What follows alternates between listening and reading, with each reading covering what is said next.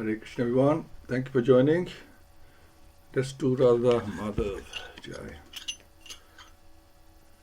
Jai Radha Madhava Jai Kunj Bihari Jai Radha Madhava Jai Kunj Bihari Jai Gopi Jana Vallabha Jai Giravardhari Jai Gopi Jana Vallabha Jai Giravardhari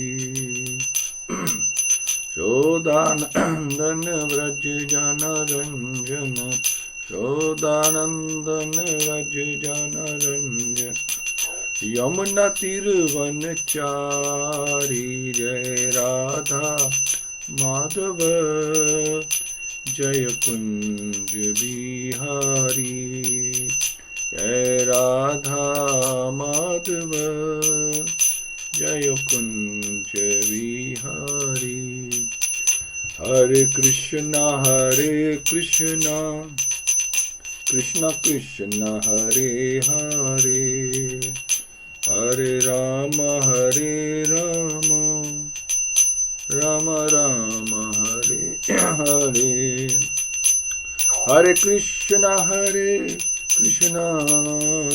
Krishna Krishna Hare Hare Hare Rama Rama Rama Hare Hare Hare Krishna Krishna Krishna Hare Hare Hare Ram Ram Ram Hare Hare Hare Krishna Krishna Krishna Hare Hare Hare Ram Ram Ram Hare Hare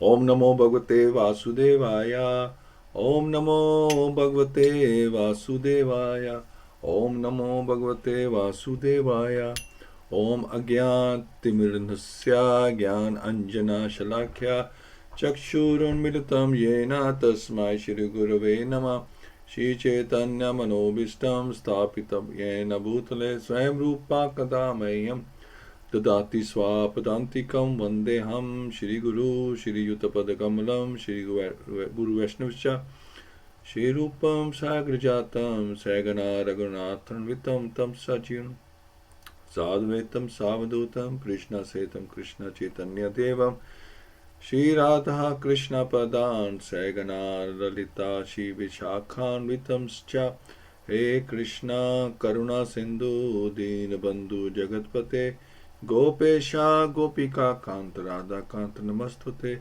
Tapta Kanchan Gaurangi Radhe Vrindavaneshwari Rishabhanu Sutudevi Pran Mami Hari Priye Panchakalpatu Brihascha Kirpa Sindhavevacha Patitana Pavnebhyo Vaishnavyo Namo Nama Namo Vishnu Padaya Krishna Pastaya Bhutale Śrīmad-Bhāgavatam Swami Iti Namine Namaste Saraswati Deve Gauravani Pracharine Nirvishesha Shunyavadi Paschati Deshatarine Jai Shri Krishna Chaitanya Prabhu Nityananda Shri Advaita Gadadhar Shivasdi Gaur Bhaktivinoda Hare Krishna Krishna Krishna Hare Hare Hare Ram Ram Ram Hare Hare Mukham Kroti Vachalam Pangam Nangyate Grim Yat Kirpatam Vande Shri Gurun Dintaranam Paramananda Madhavam Shri Chaitanyeshwaram Hari Om Tassat Narayan Namaskritya Naram Cheva Narottamam Devim Saraswati Vyasam Tato Jamaduriyat Nashta Presya Abduresya Nityam Bhagavata-Sevayā Bhagavati Uttam Shloke Bhakti Bhavati Nishtaki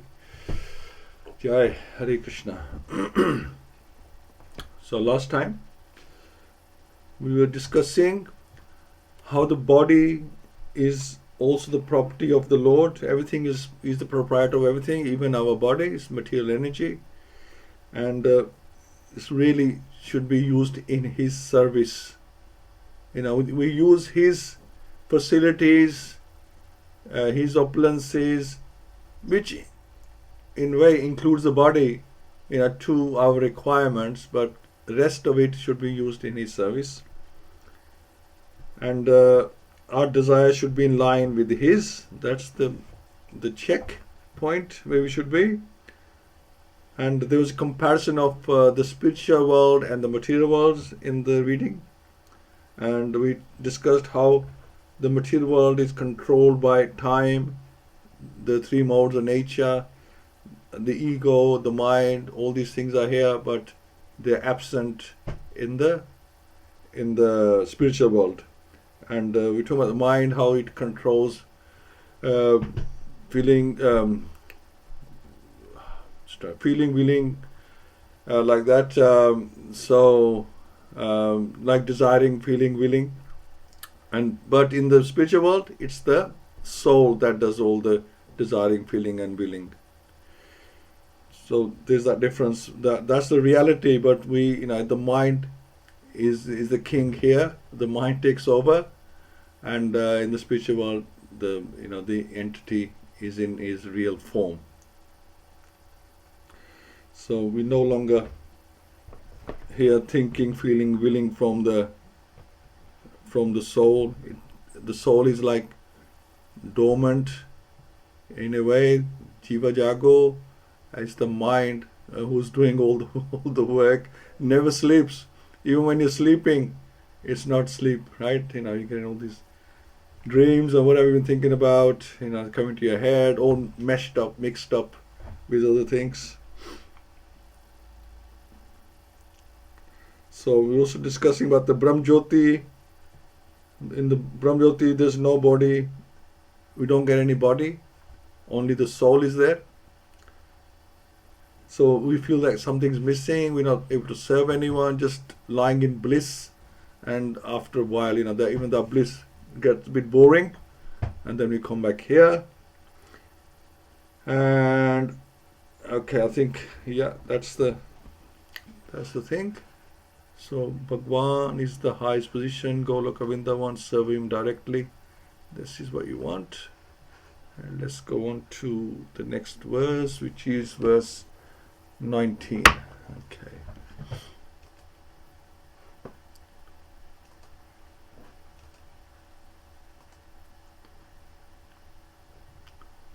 Idam munis tu paramed vyastatito vigyan drigvira suranditishya swaparshinin apadya gudam tato nilam staneshu satsunan mayej jitaklam ha.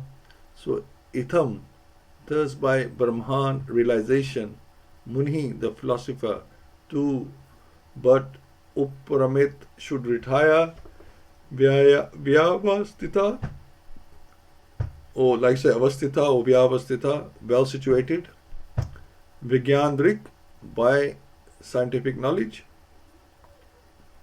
virya, strength, surandita, well regulated, ashaya, aim of life, swaparshanina, with the heel of one's foot, apidya, by blocking, gudam, the a-hole, tatha, thereafter, anilam, life air, staneshu, in the places, satsu, 6 primary, an-namayet, must be lifted, jit klamha, by extinguished material desires.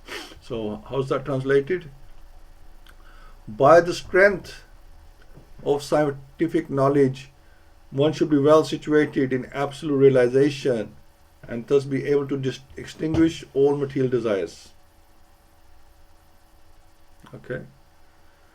One should then give up the material body by blocking the a-hole through which stool is evacuated with the heel of one's foot. So that's like a meditation position. And by lifting the air from one place to another in the 6 primary places. So this is basically for a yogi. We don't need to do all that. That's just described for a yogi. So there Swami is explaining. So there are many Dur-Atmas who claim to have realized themselves as Brahman and yet are unable to conquer material desires. In the Bhagavad-Gita 1854, it is clearly explained that an absolutely self-realized soul becomes completely aloof from all material desires. Material desires are based on the false ego of the living being and are exhibited by his childish and useless activities to conquer the laws of material nature and by his desire to lord it over the resources of the five elements. With such a mentality, one is led to believe in the strength of material science.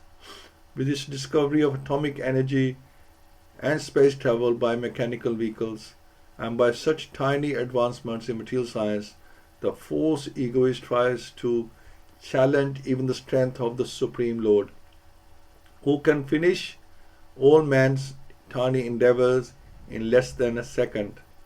The well-situated self, O Brahman, realized soul, perfectly understand that the Supreme Brahman, or the personal Godhead, is the all-powerful Vasudev, and that he, the self-realized living being, is a part and parcel of the Supreme Whole. As such, his constitutional position is to cooperate with him in all respects in transcendental relation of the served and the servitor. Such a self-realized soul ceases to exhibit his useless activities of attempting to lord it over material nature. Being scientifically well informed, he fully engages himself in faithful devotion to the Lord. So, we think we control everything, and it says here, the false egoist tries to challenge even the strength of the Supreme Lord, then, you will always lose. Yesterday, I think the Rath in Puri did not move, because that's what the Lord desired, although, the commissioner of police and that they wanted to finish by this and this time, but Lord Jagannath has the final say, because he's the Supreme Personality of Godhead. The expert yogi who has thoroughly practiced the control of the life air by the prescribed method of the yoga system is advised to quit the body as follows. He should plug up the evacuating hole with the heel of the foot and then progressively move the life air on and on to 6 places: the navel, the abdomen, the heart, chest, palate, eyebrows, and cerebral pit, that's in the head. Controlling the life air by the prescribed yogi process is mechanical, and the practice is more or less a physical endeavor for spiritual perfection. In olden days, such practice was very common for the transcendentalists, for the mode of life and character in those days were favorable. But in modern days, when the influence of Kali age is so disturbing, practically everyone is untrained in this art of bodily exercise. Concentration of the mind is more easily attained in these days by the chanting of holy name of the Lord. The results are more effective than those derived from the inner exercise of the life air. Now the yoga, as Srila Prabhupada explains, is just exercising, really, exercise for the body. But initially, the yoga, for the yogi, they had so many techniques, even how to leave their body, when to leave the body, they could do so many things. But now we don't have that kind of body, we don't have that kind of knowledge, or the facility to learn or to do. So for the Kali Yuga, this is a perfect recommendation or prescription: chanting of the holy name of the Lord. This is what Srila Prabhupada wanted to get at, that all these things were done in the past, but now, time, place, circumstance, this is the recommendation. So that's 19. So one with material desires is a Drut Atma.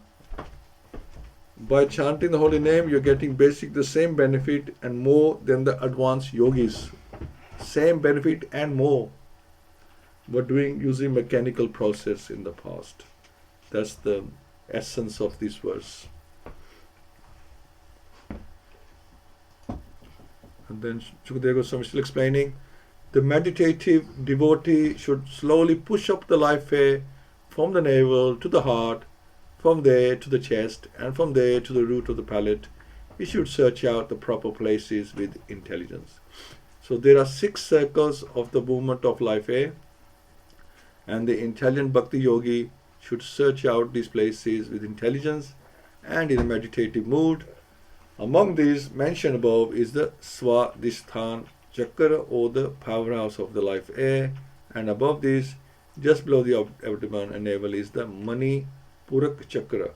When upper space is further searched out in the heart, one reaches the Anhat Chakra, and further up, when the life air is placed at the root of the palate, one reaches the Vishuddhi Chakra. So, you have to learn. I don't think you can do this by yourself. You have to learn it, and it would probably take a very long time.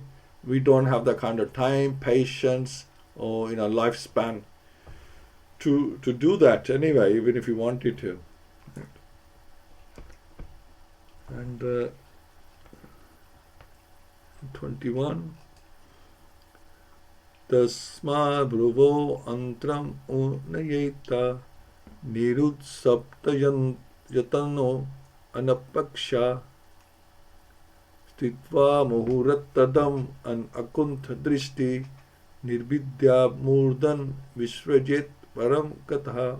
So Tasmat, from there, Bhruvho of the eyebrows, Antram in between, Anayet should be brought in, Nirud by blocking, Sapat 7, Ayatanha, outlets of the life air, Anapeksha, the independent of all material enjoyment, Stitva by keeping, Murat of a moment, Ardham, half, Akuntha, back home, back to Godhead, Drishtihi, one whose aim is targeted like that, Nirbidya, punching, Murdan, the cerebral hole, Visrajet should give up his body, Param, the supreme, Gatha, having gone to. So thereafter, the bhakti yogi should push the life air up and up between the eyebrows, and then blocking the 7 outlets of the life air, he should maintain his aim for going back home, back to Godhead. If he is completely free from all desires for material enjoyment, he should then reach the cerebral hole and give up his material connections, having gone to the Supreme. So there goes Swami is explaining the whole process. The process of giving up all material connections and returning home back to Godhead, the Supreme, is recommended herein. And by this process, you would only go far as the usual Vaikuntha planets where Narayan resides, like that, different forms of Narayan. That this would not take you back to Goloka Vrindavan. For that you have to make a connection with Krishna himself. In one of the rasas, you have to have the relationship to serve him. The yogis, there's no mention of service here. You're just going back to Godhead in the Vaikuntha planets.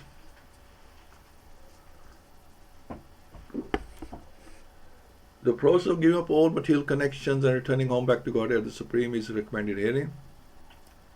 The condition is that one should completely freed from desire for material enjoyment. There are different grades of material enjoyments in respect to the duration of life and sensual gratification. The highest plane of sensual enjoyment for the longest period of life is mentioned in the Bhagavad-Gita. All are but material enjoyments, and one should be thoroughly convinced that he has no need of such a long duration of life. Even in the Brahmalok planet, he must return home back to Godhead and must not be attracted by any amount of material facilities. In the Bhagavad-Gita 259, it is said that this sort of material detachment is possible to attain when one is acquainted with the supreme association of life, param drishtva nivartate, the higher taste. One cannot be freed from material attraction unless he has complete understanding of the nature of spiritual life. The propaganda by certain class of impersonalists that spiritual life is void of all varieties is dangerous propaganda to mislead the living beings into becoming more and more attracted by material enjoyments. As such, persons with a poor fund of knowledge cannot have a conception of the Param, the Supreme. They try to stick to the varieties of material enjoyments, although they may flatter themselves as being Brahman realized souls. Such less intelligent persons cannot have any conception of the Param because they really haven't tasted the high taste, as mentioned in this verse, and therefore they cannot reach the Supreme.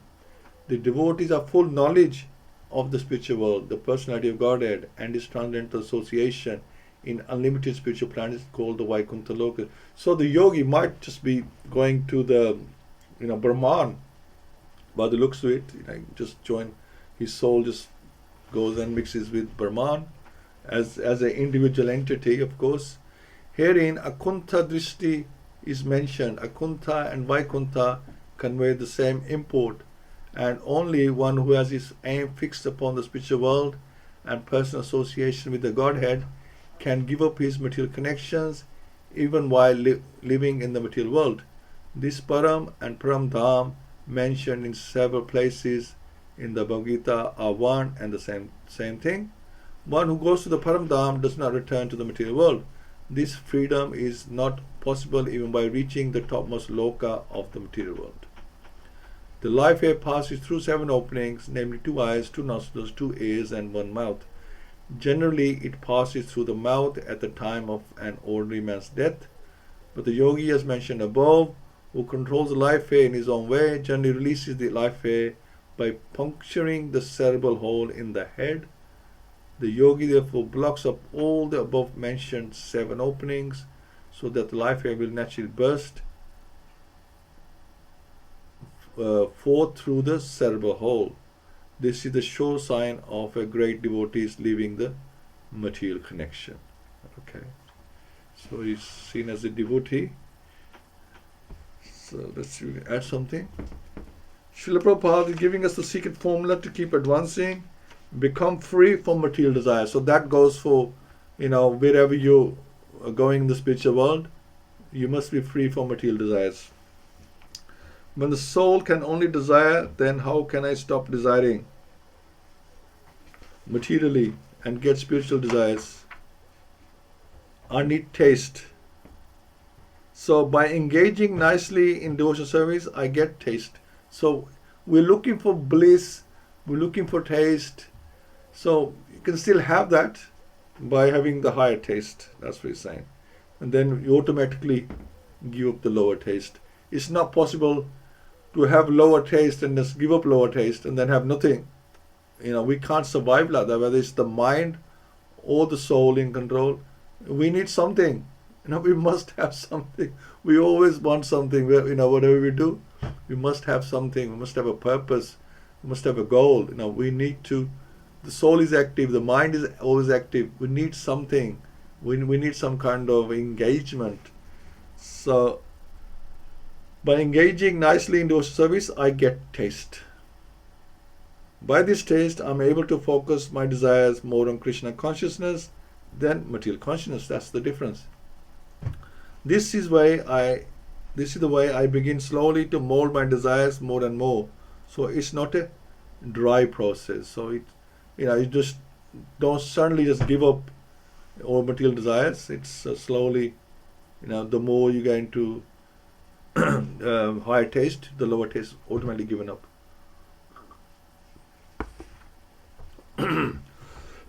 Excuse me.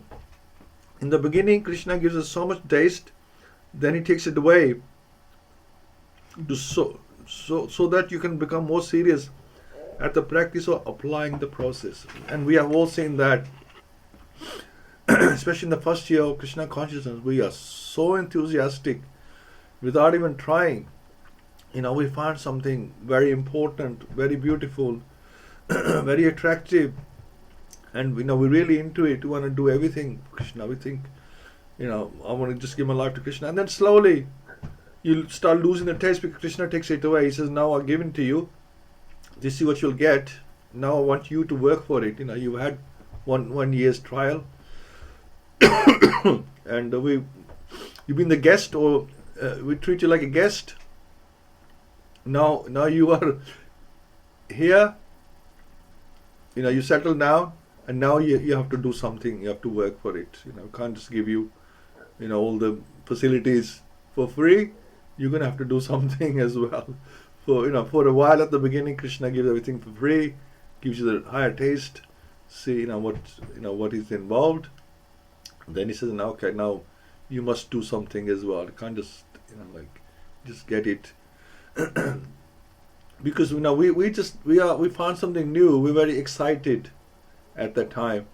And I think who was saying to me? Anyway, this like saying that people sometimes, one person might be more enthusiastic than others in the family. So he wants to do like Mangalarti in the house every morning. He'll wake, when they just started Krishna consciousness, the families, following the process together. So, say for the example, it could be the mother or the father. They want all the family to get up in the morning, do Mangalarti 4:30 every morning. So they all get up and say, "Oh, this is brilliant!" The children love it as well. They love the process, the kirtan, the artis, Prasad. And the prasad, of course. But slowly, if you're not really, you're just following because it's new, then sooner or later it sort of wears off, and the father or mother who's really enthusiastic will want to go forward, and everybody else is pulling them back. So it's recommended that you don't just go into it. If you want to go into, that's fine, but you have to take the family with you, and if they want to sort of slow down a little bit, that is fine also. Then you might have to accommodate them somehow as well, and this is like where the problems happen. When one partner wants to go this way, the other wants to go the other way, and then problems happen. And similarly with Srila Prabhupada, now this was one of the problems when Srila Prabhupada wanted to get, his wife was very supportive of him, and she really supported him to propagate Krishna consciousness to the masses, to the English speaking people. She was well, into it. But when it came to initiation from Bhaktivedanta Saraswati Thakur, Prabhupada asked his wife as well that husband and wife normally get initiated together. Let's get initiated. Then she was she was okay up to that level, but when it came to committing herself, then she was not interested, and then that's where things started going wrong, because Prabhupada, he was ready. Krishna had empowered him to do bigger things, and he was ready to take off, whereas his wife, she wasn't ready to take off. And then so that gap between them built up from there. When Srila Prabhupada got married, he was still searching. He was still searching what his purpose is. He was in a business. He's running this medicinal agency, right? So he was involved. He gets married, and then he's doing like you do. Once you're married, then you have to have a grihastha life. You have to earn money, keep family together. So he was just doing all that until he met his spiritual master. And to be honest, he didn't want to go and see him because he was busy at work.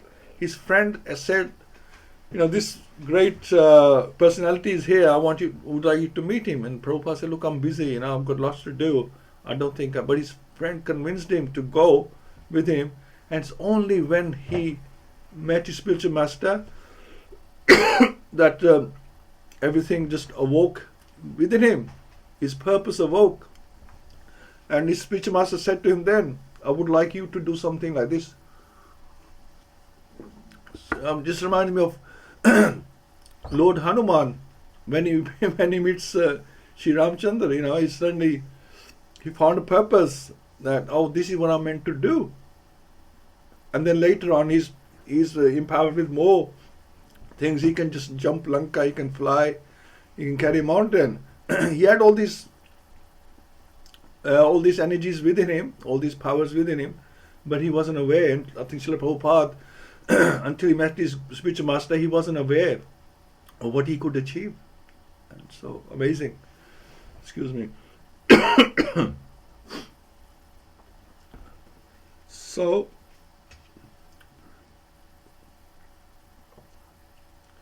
okay, so that's 22 then. Yadi prayasyan nirpa paramatishtham Veya yasanam yad viharam ashtadipatyam gun sanivye saiva gachan manas tindriyascha. So yadi, however, priyasyan, maintaining desire, narpa, O king, param isthayam, the governed body of the material world, Vyaha yasanam, of the beings known as Vyahasas. It is said, yat, what is Viharam, place of enjoyment, Asht Adipatyam, loading over with eightfold achievements, Gun Sanive, in the world of three modes of nature, Saha, along with, Eva, certainly, Gachat, should go, Mansa, accompanied by the mind, Indriyahi, and the senses, Cha also. So, however, O king, if a yogi maintains a desire for improved material enjoyments like transference to the topmost planet, Brahmlok, or the achievements of eightfold perfection, travel in outer space with the Vihashyasas, or a situation in one of the millions of planets, then he has to take away with him the materially molded mind and senses. He has to take away with him. So in the upper status of planetary system, there are facilities thousands and thousands of times greater for material enjoyments than in the lower planetary systems. So actually shows that the yogi has options, where he wants to go. So it depends on his desire, a desire for improve. If he has a desire for improved material enjoyments, he can just stay in the material world as well. In the upper status of the planetary systems, there are facilities thousands and thousands of times greater for material enjoyments than in the lower planetary systems. The topmost planetary systems consist of planets like Brahmlok and Dhruvlok, which is a pole star, and all of them are situated beyond Maharlok. The inhabitants of those planets are empowered with eightfold achievements of mystic perfection. They do not have to learn and practice the mystic processes of yoga perfection and achieve the power of becoming small like a particle, that's anima siddhi, or lighter than a soft feather, lagima siddhi. They don't have to get anything and everything from anywhere and everywhere, prapti siddhi, to become heavier than the heaviest, mahima siddhi, to act freely, even to create something wonderful or to annihilate anything at will, Ishittab siddhi, to control all material elements, Vashittab siddhi, to possess such powers as will never be frustrated in any desire, Prakamya siddhi, or to assume any shape or form one may even whimsically desire, Kam Vasayata siddhi. All these expediencies are as common as natural gifts for the inhabitants of those higher planets. They do not require any mechanical help to travel in outer space, and they can move and travel at will from one planet to any other planet within no time. The inhabitants of the earth cannot move even to the nearest planet except by mechanical vehicles like spacecraft, but the highly talented inhabitants of such higher planets can do everything very easily. But as we were saying last time, if you're in the material world, and material world is still a prison, this better facilities, that's all. Since a materialist is generally inquisitive to experience what is actually in such planetary systems, he wants to see everything personally. As inquisitive persons tour all over the world to gain direct local experience, the less intelligent transcendentalists similarly desire to have some experience of those planets about which he has heard so many wonderful things. The yogi can, however, easily fulfill his desire by going there with the present materialistic mind and senses. The prime inclination of the materialistic mind is to lord it over the material world, and all the siddhis mentioned above are features of domination over the world. The devotees of the Lord are not ambitious to dominate a force and temporary phenomena. On the contrary, a devotee wants to be dominated by the supreme predominator, the Lord. A desire to serve the Lord, the supreme predominator, is spiritual or transcendental, and one has to attain this purification of the mind and the senses to get admission into the spiritual kingdom. So you cannot take the same mind and senses there. With the materialistic mind, one can reach the best planet in the universe, but no one can enter into the kingdom of God. Senses are called spiritually purified when they are not involved in sense gratification. That's the definition. Your senses are purified when they are not involved in sense gratification. Senses require engagements, and when the senses are engaged totally in the transcendental loving service of the Lord, they have no chance to become contaminated by material infections. So these 8 types of siddhis, on those planets, yogis are born with these qualities. With these qualities, the real siddhi is stopping the cycle of birth and death. Srila Prabhupada explains that should be that's the highest siddhi you can achieve, right? So, there's all these temporary things, temporary achievements, and being born on those planets, but they're only temporary. When everything is annihilated, everything will go back into Mahavishnu anyway, and then start all over again. If you want to get rid of the cycle of birth and death and old age and disease, then the spiritual world is the best choice to make. And right now it is easier than we think. All these are very difficult processes, and it's very easy to achieve just by chanting the holy name. We just have to be serious and sincere. That's the difference. Hare Krishna.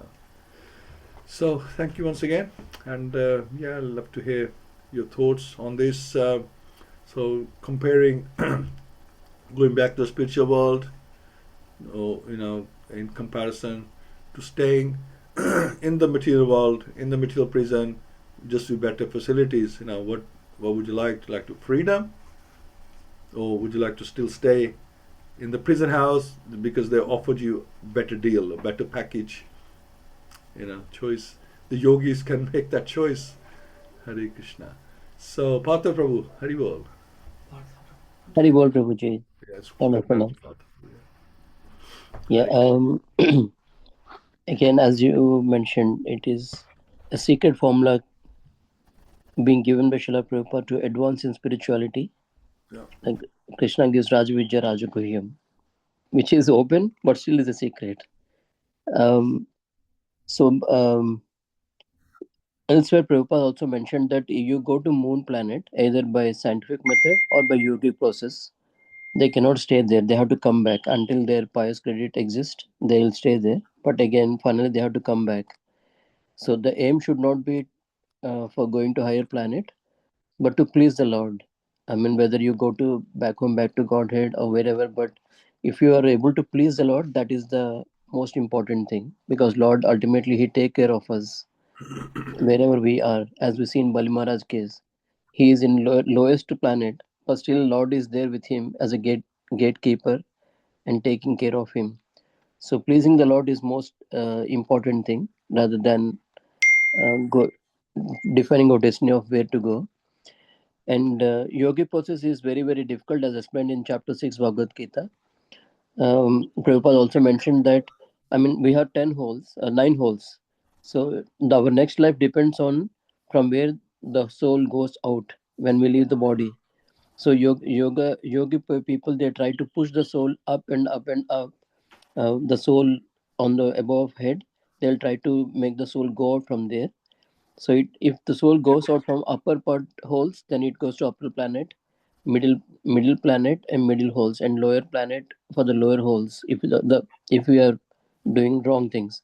So, but Prabhupada mentioned there that for a devotee, as you mentioned, Krishna will take care of that. So if you are really sincere, unflinching devotion is there, then Krishna will take care of our soul also from where it needs to go out as well, or he will take care anyhow. And chanting should be chanting is an easy process to focus our mind. Mind is always wavering, as affected by the three modes. But mind can be controlled only by simple process chanting. Chanting is really, really powerful. Like Prabhupada often mentioned that even though if one is not knowledgeable, but just focus on chanting, knowledge will come automatically. Krishna gives that knowledge from within. That's all, Prabhuji. Thank you so much, Prabhu. Yeah, very good. Kiran Prabhu, Haribo. Hare Krishna. We have the material sciences. The material sciences are trying to push back the boundaries of what is allegedly not known. They are tampering with things which are challenging and controversial, such as cloning, such as cryogenics. People want to live forever, so they have their organs put in a nitrogen or something, and then they can have these put back into life again. Dolly the sheep was cloned, but cloning was happening in India thousands and thousands of years ago, because how did Dhritarashtra and Gandhari have 100 kids? There was the science of something which is already known. And so these things we're still tampering with. And so also the yogi is trying to only elevate and release himself, because it's a personal battle to release the soul from whatever chakras, and the highest being the one in the brain. And so that process of pranayam, bhastrika, sudarshan kriya are complicated. But then it's about me, myself, I doing that to release myself to the higher levels. But the bhakti yogi is a much more inclusive approach. It's one that brings the sangha, the association, the relationships between people together. And so where a family prays and eats together is what's important.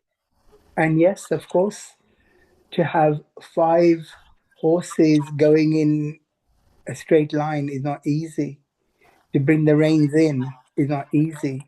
And hence this is the challenge of the bhakta in bhakti yoga. And this is what we are doing, because we're trying to grow together, we're trying to grow collectively, and with the help of a guru we are trying to get this. This is the highest siddhi you can get, which material science cannot help, because this siddhi will help us eliminate the cycle of birth and death. Hare Krishna. Hare Krishna. Thank you so much, Prabhu. Just think about Maharaj Chitraketu, when he realized, after his dead son came to life, and then he, opened his eyes, and he was sent to, when he left his body, was sent to the Vidyadhar planet, and he was the king there, and they could, like, as explained here, they could fly, and they had all the opulences and everything, but he still remembered, he still didn't forget that he is a devotee, and he was still self-realized that what the goal of life is. That was just like a intermediate stage for him before he goes back to Godhead. And then he didn't he sort of criticized Mother Parvati and Lord Shiva. Lord Shiva realized where he was coming from, what he was trying to say, but Mother Parvati took it as an offense and cursed him, and he accepted that as well. Once a devotee, always a devotee, and whether he's a king in the material world, whether he was a king in the Vidyadhar planets, or whether he was a demon, and wherever he was the best. That's for sure. He was a king here. He was a king in the Vidya planet, and even when he became a demon, he was still Vritasur. He was still very, very, very, very strong, very formidable. And Indra, they had to make special arrangements to get rid of him. And he was, he was always a devotee. Even as a demon, he spoke like a devotee. So I think that's an exceptional case that he managed. Mentally he had become a devotee. Whether wherever he was enjoying, he never forgot that higher taste. So yeah, that's very good. And this is why he's mentioned in Śrīmad-Bhāgavatam, very exceptional case. Whereas the yogis we're talking about, they want to enjoy, they want this power, want that power. So for themselves, they want to just enjoy the power and the opulence of the planets. It's like that. Yeah. Thank you so much, Prabhu. Okay. Hina Mataji, Hare Krishna. Welcome back, Mataji. Hare Krishna, Prabhu. Hare Krishna, everyone. Thank you so much. Missed you all, missed the classes. Glad to be back. So please accept my humble obeisances. All glories to Srila Prabhupada. I think one topic that we've touched upon in these verses is around extinguishing or getting rid of our material desires.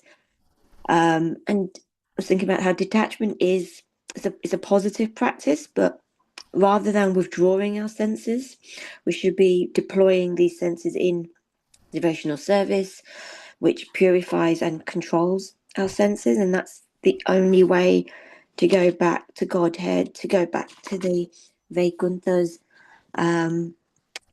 Whatever we consistently remember develops into our consciousness, and it becomes our nature. So I'm telling myself this, we need to make Krishna the object of remembrance, of our remembrance, so that throughout our life, we're remembering him, and also at our final moments, we are filled with devotion. And we should be reviewing, we should be scrutinizing our life, to check if the activities that we're engaged in, are they helping our Krishna consciousness? Are they hindering us in our progress? And then we can take steps to change those activities, to unblock anything that's hindering our progress in Krishna consciousness. And then finally, this topic around the mystic siddhis, which I find very interesting, and that I think the important message here is that we shouldn't pursue the goal of developing these mystic siddhis, through like the traditional yoga practice and all these different yogas that we have, like Ashtanga yoga, etc. Almost in a way, they're distractions on this path, and it's not going to help us get love of God. And the only type of yoga is bhakti yoga, if that's what we're pursuing. So that was it. Thank you so much, Hare Krishna. Thank you, Mataji. Vijay Prabhu. Hare Krishna, everyone. Yes, I'm very glad that it's not compulsory in Krishna consciousness to do the Ashtanga yogas and all the other yogas, because I can't even sit on the floor, so I'd be stuck. It would have been a no-no for me. But chanting is our option, our path, and but even that is so difficult. So it makes you wonder where I'm going sometimes. But I do also wonder why the yoga process is given in so much detail in the Gita and the Bhagavatam, as we're just reading, because it seems redundant, and but it's still so much detail is given as if it's there for some reason, and I'm just wondering whether it's to show us that it's so difficult that we don't bother. Yeah. Prabhupada mentioned that you get the same result and more. Just showing us, look, this is where you know, that's what they had to do. You can do this and get even more results. Yeah. Yes, yes. Anyway, so yes, so the point is that we must negate our material desires, and this can be done by having these higher desires and stopping the lower desires that way. It's having the higher taste. Thank you. Thank you. Thank you. Yeah, you can't force your lower desires, so they have to be really, you know, exchanged for the higher desires. Thank you. Sunita Mataji. Hare Krishna, Prabhuji. Hare Krishna, everyone. Yeah, my point is like when you was reading all these verses, main thing is like I find it is like a yoga, and like it's very difficult to doing in this Kali Yuga. And another thing is like a breathing exercises. It's like a pranayama and all that, you know, anulom vilom and that. It sounds easy, like you can do that, but I find it very difficult to do all these breathing exercises as well. And like you mentioned, it's like Krishna says, he gives you everything from the beginning. You know, when you're starting, I noticed that as well. Same thing, you know, when we started Krishna consciousness, and I found it like, oh, it's very easy. I can do this. And going Sunday program every time and doing all the things. And chanting, I found it very easy first when we started. But slowly, I noticed like it's finding it very difficult. And like you said, Krishna taking everything slowly away and then give you different path, like you start doing with hardest things. And like I wasn't aware, like reading is very important as well. I used to think just carry on chanting and that's fine. And now I'm finding it like reading is very important as well. Like you get knowledge from there. That's all, Prabhuji. Hare Krishna. Thank you. Yeah, everything is there to improve our chanting. And you're right. I mean, I found chanting very easy at the beginning. You know, I thought I'm the best chanter in the world and so chant loudly, you know, rather than say, look, you know, but I just wanted to chant. And now it's become difficult, definitely. And, you know, still, you know, what you're looking for is not there. But, yeah, and so all these other things, whether we're reading or we are serving in the temple, listen to a class, yeah, the center is the chanting, and all the other things that we're doing around it is to improve our chanting. So the reading, you know, it reminds us why we are chanting. You know, it's not a mechanical process. There's a reason, and we have to keep reminding ourselves what that reason is. So, you know, we're reading, we understand the etiquettes as well, you know, of being humble, humility, all these things. And, you know, we're learning about Krishna, and we're learning about his devotees. Learn about Krishna's devotees, the same thing, but learning about Krishna, you know, Krishna, his devotees come there together. It's a package, you know, whether we're talking about Krishna or talking about his devotees like we are, it's the same thing. You know, Krishna wants us to glorify his devotee. That's why we have Śrīmad-Bhāgavatam. So like that, and when you're serving in the temple, this reminds you of the mood of a servant. So when we're chanting, we chant in the mood of a servant. Remind ourselves again that don't get too high, puffed up. You got to remain a servant. So we serve, because at the end of the day, that's what we want to do when we get to Goloka Vrindavan. We want to go and serve up there as well. So we must have that serving mood, not just chanting mood. Has to be, chanting is just a process to get us to our goal. That's not the end result. Chanting is not the end result. So we're doing all these things to get to our end goals. It's another process. It's like 9 processes we have on devotional service, and chanting is it's at the top. It's one of those processes. Thank you, Mataji. Prabhu, you had your hand up? Hare Krishna. Yes, I was just going to say,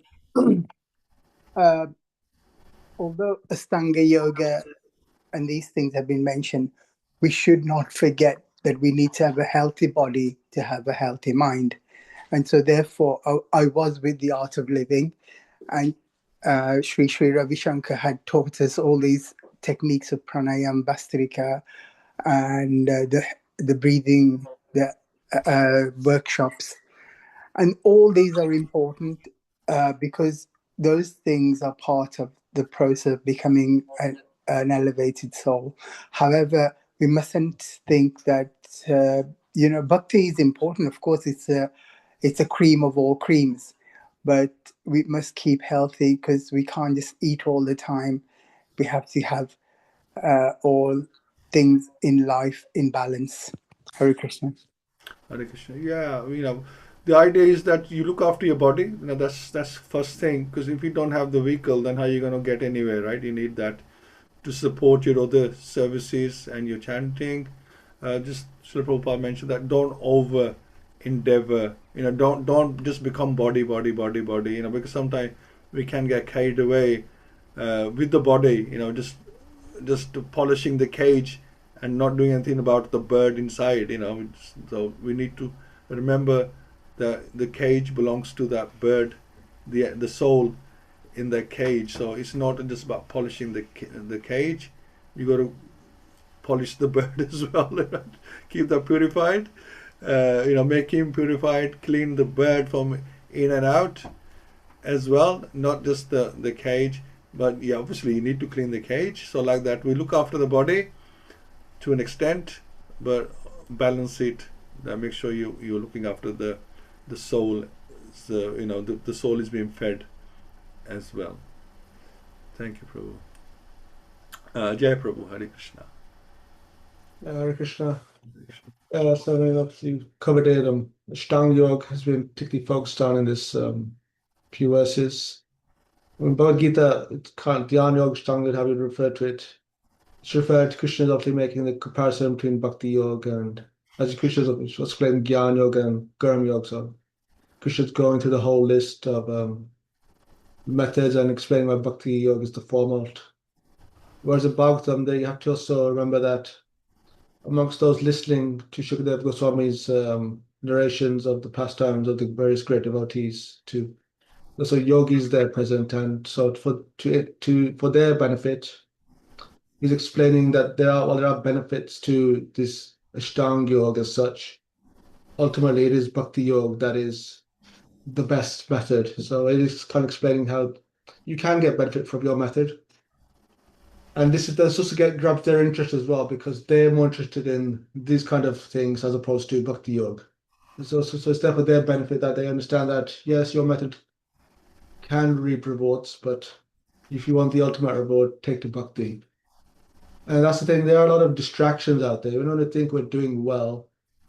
We are easily distracted by things that aren't related to Bhakti. Some of that's to do with not having Krishna's mercy there, because you do need the mercy to actually have at least a taste for Bhakti. It is, though, the case of if you are sincere and are following things properly, then Krishna, whether it be in this life or the next, he will create that path for you. There's often just the case of you being determined and taking the right association, doing the things necessary. You can't. Sometimes we try to depend on ourselves too much. We don't realize actually it is Krishna's will ultimately with how far we go.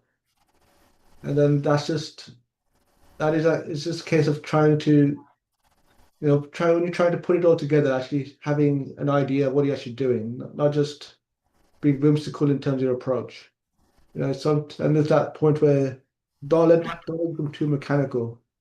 Sometimes you can take it as, you get to wake up, you do your rounds, you have deities at home, you serve them, it becomes very, very set up. Like rather than actually develop a relationship with Krishna, you're just going through the motions. And that's in any relationship, that if you just go through emotions, it kind of loses its sweetness.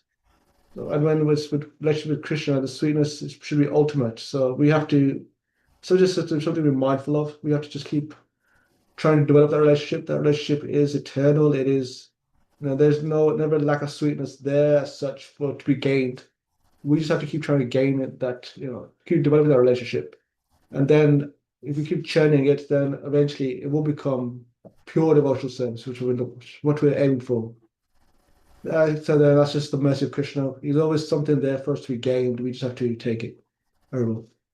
Hare Krishna. Yeah, and you're right. All these processes, they are the yoga ladder, and the highest rung is the bhakti yoga. So Krishna reminds us that there are, rungs to this ladder, but don't waste your time climbing the staircase. Just take the lift right to the top. And he showed us a formula. He's given us the mantra. What more can we ask for? He's shown us what you got to do, and go right to the top. Chant the holy name, build a relationship with me, come back home. It's just simple as that, and that's what we're going to do. So, Rani? Hare Krishna, everyone. My pranams to all of you. Yes, it's just like when you start Krishna consciousness, and you either come through the prasad to Krishna consciousness, or you come through the books of Srila Prabhupada, or through the kirtan. But later on, when you are serious on following the path of Krishna consciousness, you cannot just be greedy for the prasad, that you will have loads of this, loads of that. So what's going to happen is you'll ruin your health, and also you won't be able to do chanting properly. If you are having big meals in the night, how are you going to rest properly through the night? All your strength is going to be wasted on digestion of your food, of the prasad. So what's going to happen is it's going to have a knock-on effect next day, just like in the material world they say you enjoy the night before, and you have the morning after effect in the morning if you have been drinking heavily. And similarly in Krishna consciousness also, I've seen that sometimes the programs are late and people, they're hungry, but they forget that they have got a big duty next morning, which is chanting the rounds for Krishna and starting the day nicely. So you have to restrain yourself. So this is what I have understood, that there's all kinds of temptations in this material world. Thanks to Maya Devi, she's the superintendent of the Lord Krishna of this material world, and Krishna wants the best candidates vetted out from this Mrityu Lok to the spiritual world.